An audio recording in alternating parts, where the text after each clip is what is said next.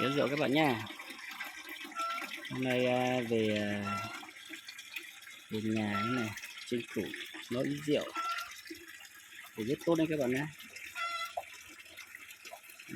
Rượu nấu 2 lần. Lần đầu tiên là hơi đục nhưng mình phải bỏ ra để nấu lại lần thứ hai nhé các bạn nhé. Nấu lần thứ hai là nước rất là trong luôn, nó về rất là tuyệt vời luôn. Đó. Vồi rượu nhé các bạn nha.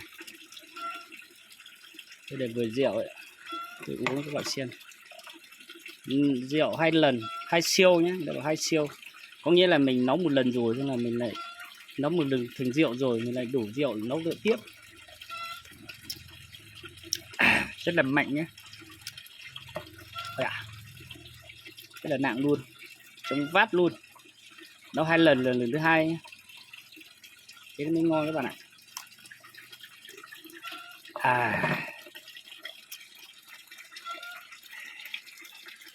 Đây, cái chừng cấp rượu này. Để nấu rượu cho nó như này. Đó. Nước chảy trực tiếp vào.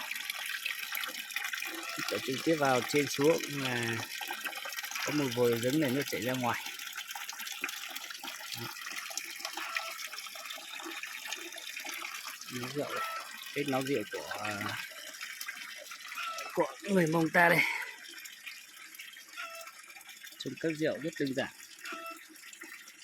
Rượu về rất tốt đấy các bạn nhé.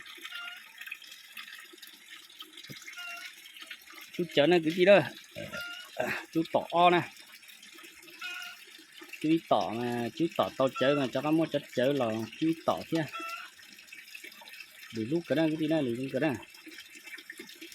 chú chớ để lùi trong nhà nó xin nào. Cái này nè, chát thiếu chắc cờ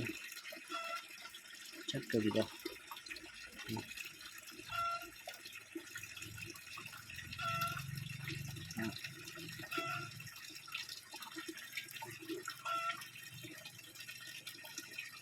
Nhà chú chớ tao chớ thế này.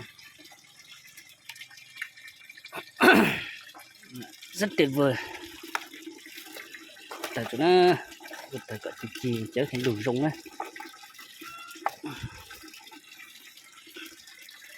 Cho lượng to nó rượu nó mới ra.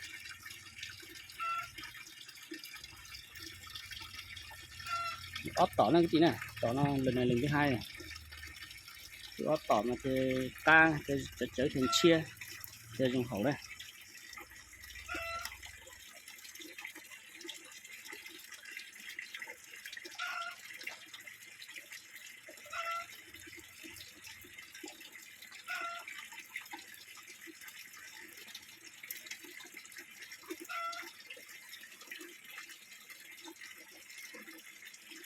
Chờ cái tí nó chờ từng cái hộp chờ này.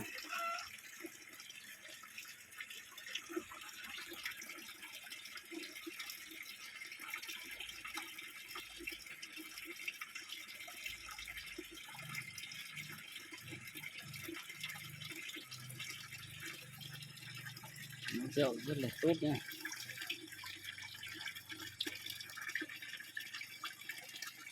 Tỏ nó mà cho hầu lên xí này, chúng tôi tỏ cái o nào mà cho lùn chắc cờ này, chắc cờ này.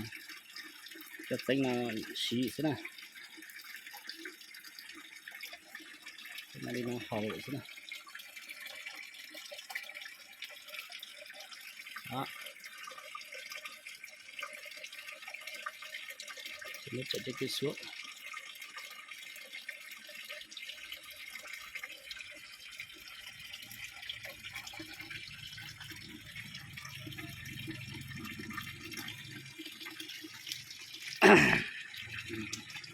Chạy rất tuyệt vời luôn nhé các bạn. Rồi cái chị cô hỏi này, chị chú chỉ thế nào mà dịu các cái này.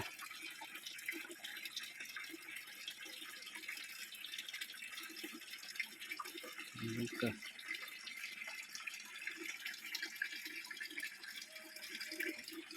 Bàn này đi. Ít là sẽ to hơn đầu này.